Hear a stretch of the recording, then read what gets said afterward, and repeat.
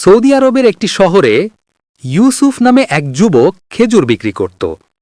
অন্য বিক্রেতাদের মতো নয়, সে ছিল খুবই সৎ। সে ওজনে কম দিত না, পরিষ্কার খেজুর বিক্রি করত এবং কখনোই মান নিয়ে মিথ্যা বলত না। একদিন এক ধনী ব্যবসায়ী বাজারে এলেন একজন বিশ্বস্ত ব্যবসার সঙ্গী খুঁজতে। তিনি অনেক বিক্রেতাকে কঠিন প্রশ্ন করে পরীক্ষা করলেন এবং বেশিরভাগই ব্যর্থ হল। যখন তিনি ইউসুফের কাছে এলেন, তিনি জিজ্ঞেস করলেন, আমি যদি তোমার কাছে 100 বস্তা খেজুর রেখে যাই, তুমি কি সেগুলো বিক্রি করে আমার অংশ সৎভাবে ফেরত দিবে?